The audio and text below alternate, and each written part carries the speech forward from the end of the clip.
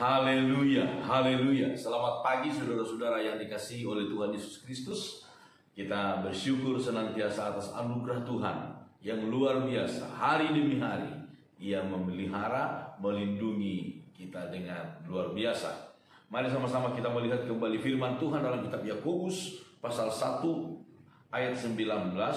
Hai saudara-saudara yang kukasihi, ingatlah hal ini. Setiap orang hendaklah cepat untuk mendengar, tetapi lambat untuk berkata-kata, dan juga lambat untuk marah. Saudara-saudara, kita melihat di sini ada dua yang saling paradoks. Dua hal yang saling paradoks, cepat dan lambat. Cepat hanya untuk mendengar, tetapi lambat ada dua kali disebutkan. Pertama, lambat untuk berkata-kata, dan lambat untuk marah. Saudara-saudara, berbicara tentang marah, kalau kita melihat di dalam Alkitab, semua orang, semua oknum itu bisa marah. Yang namanya mempunyai perasaan itu bisa marah. Saudara-saudara, semua orang, bahkan kalau kita melihat Tuhan pun bisa marah, apalagi manusia. Semua orang, sekali lagi semua orang bisa marah.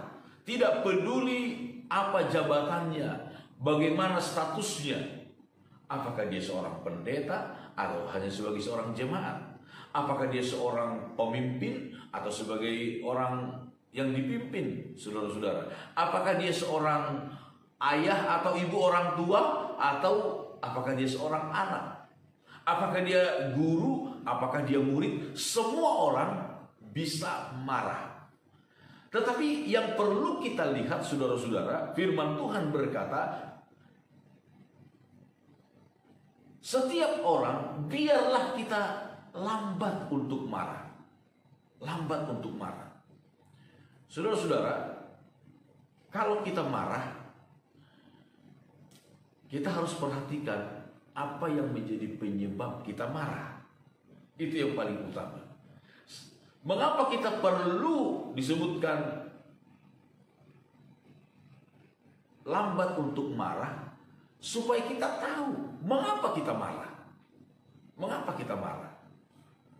Kita berpikir, apakah kita layak, pantas untuk marah karena satu hal itu atau tidak? Kalau kita melihat Yesus di dalam Alkitab, dalam kitab Injil Matius sampai Injil Yohanes, beberapa kali dituliskan Yesus marah. Yesus marah kepada murid-murid ketika murid-murid melarang orang membawa anak-anak datang kepadanya. Yesus marah kepada orang-orang Yahudi, kepada orang-orang Farisi, ahli Taurat dan lain sebagainya, karena mereka lambat sekali untuk mengerti firman, untuk percaya kepada Allah dan lain sebagainya. Yesus marah. Itu sebabnya perlu kita mengerti, memahami, berpikir mengapa kita marah. Saudara-saudara, mengapa kita marah? Ketika kita dapat berpikir alasan mengapa kita marah, maka kita dapat mengontrol amarah kita. Bukan amarah yang tanpa kendali, saudara-saudara. Kalau kita melihat di dalam Alkitab, seorang raja yaitu Daud, dalam kitab Samuel, saudara-saudara, dalam 1 Samuel pasal 25, dia pernah hampir berdosa karena amarahnya. Karena amarahnya.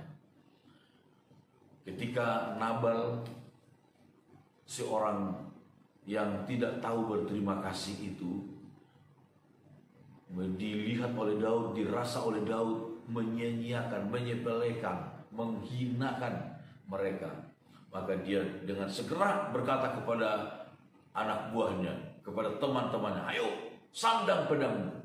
Mereka hendak menumpas, membunuh Nabal dengan segala yang dimilikinya.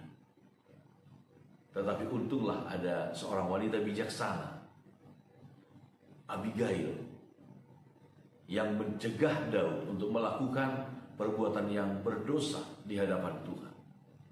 Saudara-saudara, Alkitab mengajarkan kepada kita, ketika kita marah, dalam kitab Efesus 4 ayat yang ke-26, kita melihat firman Tuhan berkata demikian.